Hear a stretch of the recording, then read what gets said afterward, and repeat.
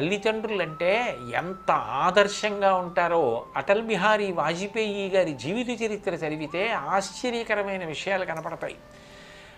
వాజ్పేయి గారి తండ్రి గారి పేరు బిహారీ గారు, తల్లి గారి పేరు కృష్ణ. వాజ్పేయి గారి తండ్రి గారు కృష్ణ బిహారీ గారు గ్వాలియర్లో పనిచేస్తుండేవారు. ఆ రోజుల్లో స్వాతంత్ర సంగ్రామం బాగా అందుకున్న రోజులు, క్విట్ ఇండియా ఉద్యమం జరుగుతోంది.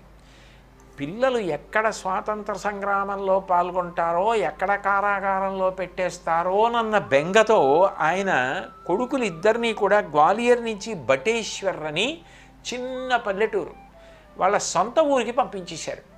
అయినా కూడా అక్కడ ఒక ప్రసంగం విని వాజ్పేయి గారు వాళ్ళ సోదరుడు స్వాతంత్రోద్యమంలో పాల్గొని కారాగారానికి కూడా వెళ్ళారు. అంటే తండ్రికి సహజంగా అంత ప్రేమ ఉంటుంది. తల్లిదండ్రుల